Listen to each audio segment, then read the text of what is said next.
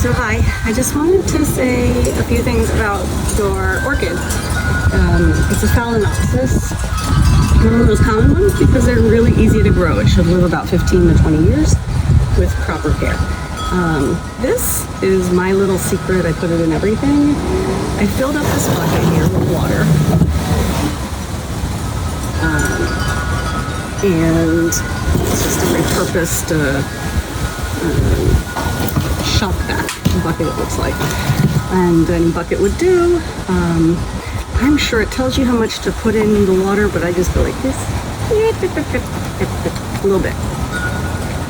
Just a little bit. It's basically a liquid fertilizer. It's called Super Thrive. 4 ounces a cup. I think that's what it says. All right, so when I received our friend here,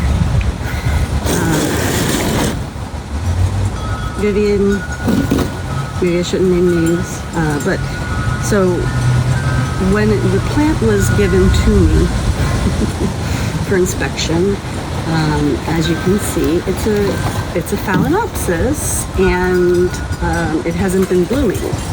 So it was given to me inside of this pot, and inside of this pot was this pot, and in this pot is our Phalaenopsis. So this is where I started to untangle everything, and when Vivian was a little alarmed that I was pulling out the roots from the pot, it occurred to me that people think that these roots go in the pot, and they're really trying to escape the pot.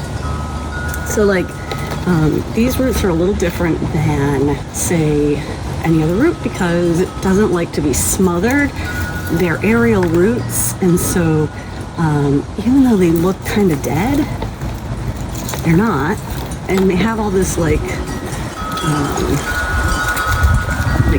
ability to suck in the humidity from their roots, right? And they want to live in the air. They want to live on a tree, really, ideally.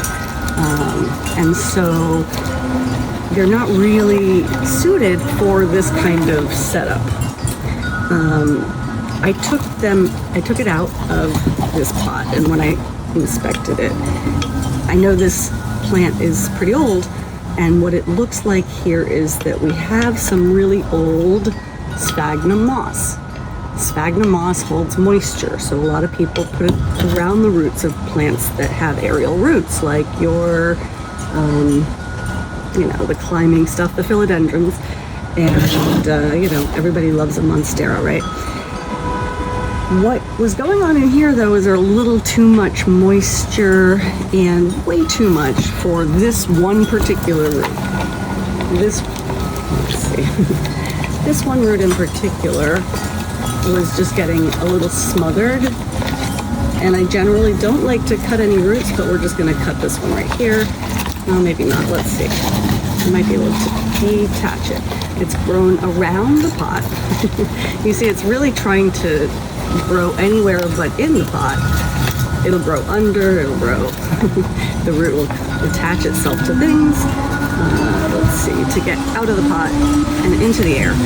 So, let's take it out of there. Okay, so, let's see what we've got now.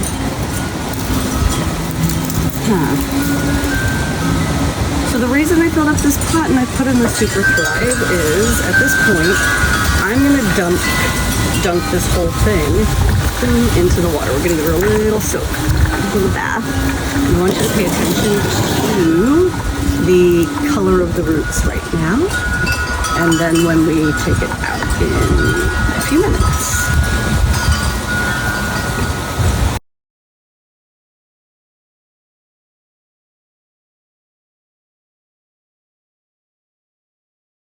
Stuff that was starting to accumulate towards the bottom here, these roots were in the soil, and they didn't really have a chance to thrive. So we're going to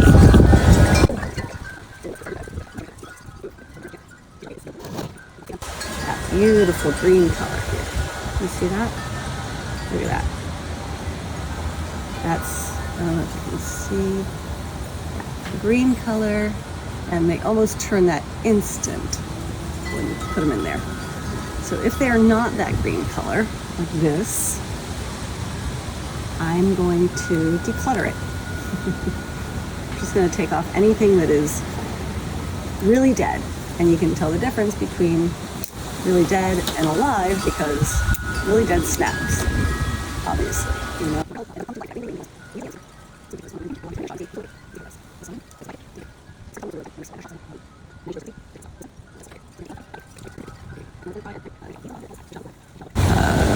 Like this.